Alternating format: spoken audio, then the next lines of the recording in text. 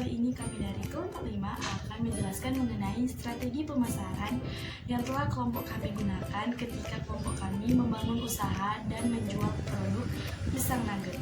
Nah, strategi-strategi ini juga dapat teman-teman pakai dan terapkan ketika nanti teman-teman akan membangun suatu usaha bisnis. Ada pepatah mengatakan bahwa tidak dikenal maka tidak disayang. Maka dari itu saya akan memperkenalkan teman-teman anggota yang ada dalam kelompok 5. Yang pertama ada Julita Astrid Mokolompit atau saya sendiri, dan yang kedua ada Inka Supu, yang ketiga ada Fadis Diursan, yang keempat ada Marsyanda Palulungan, dan yang kelima ada Koresi Sonda. Secara sederhana, strategi pemasaran adalah strategi yang dirancang untuk mempromosikan barang atau jasa dengan tujuan untuk menghasilkan keuntungan ketika nanti kita menerapkan strategi pemasaran dalam usaha bisnis kita. Strategi pemasaran ada 4 poin utama. Ada meningkatkan inovasi pengembangan bisnis. Dengan adanya strategi pemasaran, kita bisa mengetahui kebutuhan konsumen, mulai dari apa yang konsumen butuhkan dan inginkan saat ini hingga masa mendatang. Dengan kita bisa mengetahui kebutuhan konsumen ini, maka secara tidak langsung bisa memunculkan inovasi-inovasi baru untuk pengembangan bisnis kita. Nah, misalkan produk yang kita jual itu ada pisang nugget. Nah, untuk memenuhi kebutuhan konsumen, maka kita perlu mengembangkan produk tersebut dengan menambahkan lebih banyak lagi berbagai varian rasanya dan topping-topping lainnya, sehingga produk yang terus berinovasi menjadi lebih baik dan biasanya akan jauh lebih banyak diminati oleh masyarakat.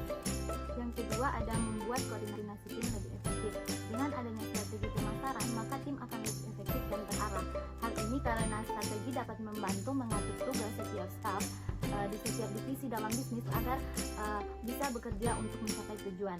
Misalnya, suatu bisnis terjadi kenaikan permintaan dari konsumen, maka adanya strategi pemasaran dapat membuat koordinasi tim, yaitu antara divisi pemasaran dan produksi, sehingga kebutuhan konsumen dapat tercapai dengan baik.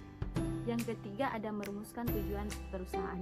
Dalam sebuah bisnis, tentunya kita memerlukan tujuan.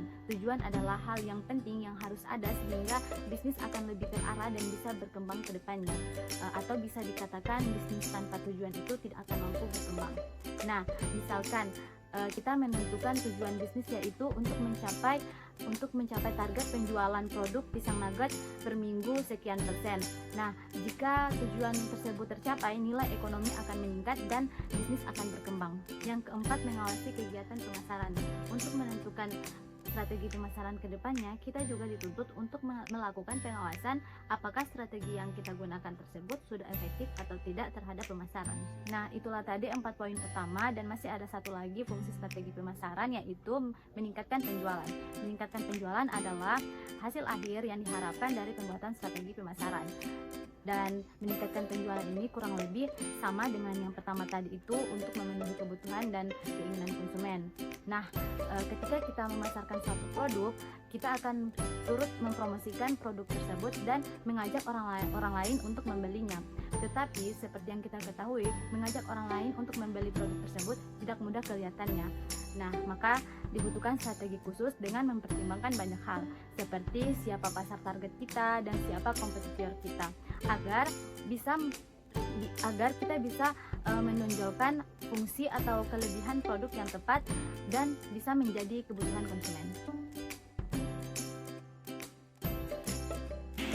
Nah, tujuan dari kegiatan strategi pemasaran ini ada beberapa tujuan. Tujuan yang pertama adalah menjadi kegiatan dalam pengembangan kemampuan bisnis agar bisa melakukan adaptasi.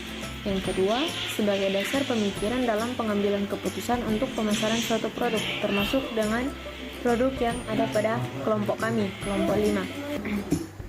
Yang selanjutnya, dipakai untuk media ukur dari hasil pemasaran berdasar pada standar prestasi yang telah ditentukan sebelumnya. Dan yang keempat adalah supaya tim pemasaran ataupun termasuk dalam kelompok kami bisa meningkatkan kualitas koordinasi di antara individu-individu yang ada dalam suatu kelompok atau dalam suatu perusahaan dalam menjalankan suatu bisnis tertentu, termasuk dalam kelompok kami dalam kami menjalankan bisnis pisang nugget ini.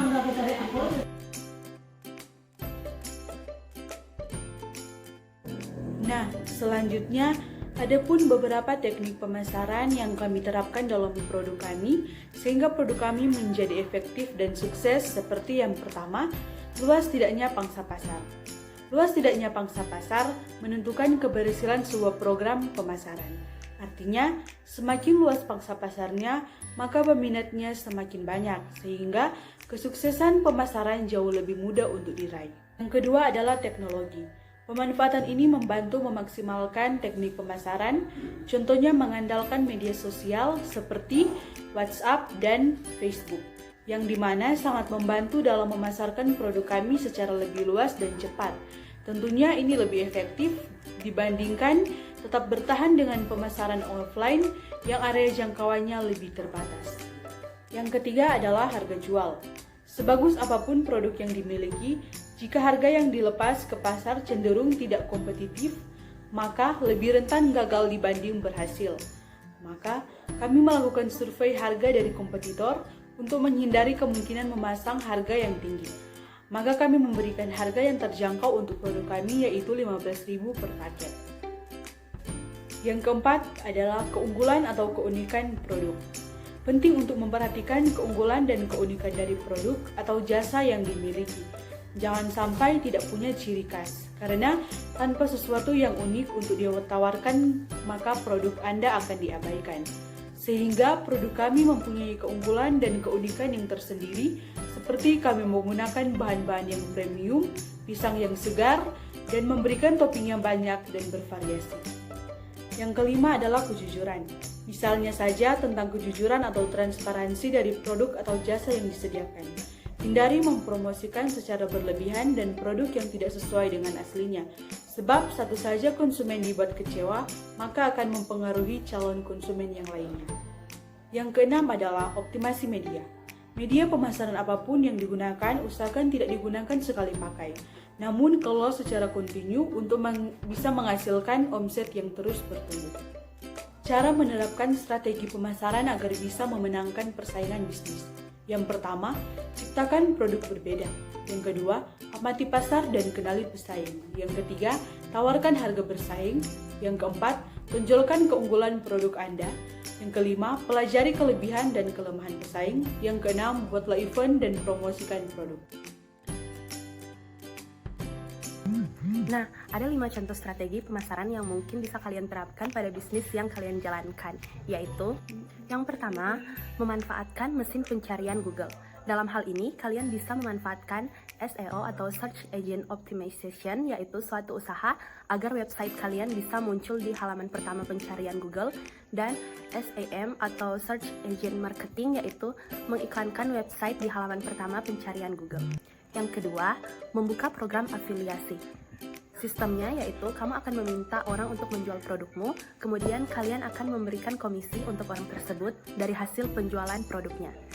Yang ketiga, menggunakan platform media sosial. Media sosial menjadi salah satu ajang promosi bisnis yang sudah terbukti ampuh untuk meningkatkan penjualan.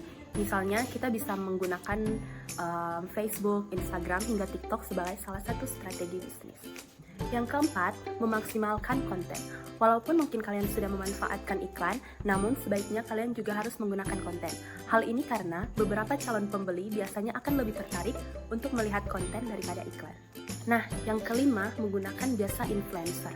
Influencer sendiri merupakan orang-orang yang memiliki banyak followers atau pengikut di media sosialnya. Dalam hal ini, kalian bisa memanfaatkan influencer tersebut untuk memperkenalkan produk kalian ke media sosial. Nah, sebenarnya apa sih dampak ketika kita tidak menerapkan strategi pemasaran dalam menjalankan suatu usaha bisnis? Yang pertama, fokus tujuan tidak akan menjadi jelas. Yang kedua, kita akan memiliki daya saing yang kurang kuat. Dan yang ketiga, kita tidak akan bisa meminimalisir risiko yang akan datang. Dan yang keempat, tentunya keuntungan bisnis tidak akan terolah dengan optimal. Nah, setelah tadi kami telah menjelaskan tentang strategi pemasaran yang telah kami pakai dalam menjalankan usaha bisnis kami, saat ini kami dari kelompok 5 akan memberikan tips dan trik untuk teman-teman yang nantinya akan membangun suatu usaha bisnis atau sedang menjalankan suatu usaha bisnis. Yang pertama, teman-teman harus harus memperhatikan kualitas produk. Yang kedua, pelayanan yang baik adalah kunci. Yang ketiga, promosikan produk kalian dengan menarik. Yang keempat, gunakan platform digital. Dan yang kelima, perdalam strategi kompetitor. Yang keenam, pahami jenis pelanggannya. Nah, demikianlah penjelasan kami mengenai strategi pemasaran. Kiranya apa yang telah kami jelaskan tadi dapat membantu teman-teman ketika nanti teman-teman akan menjalankan suatu usaha bisnis. Terima kasih.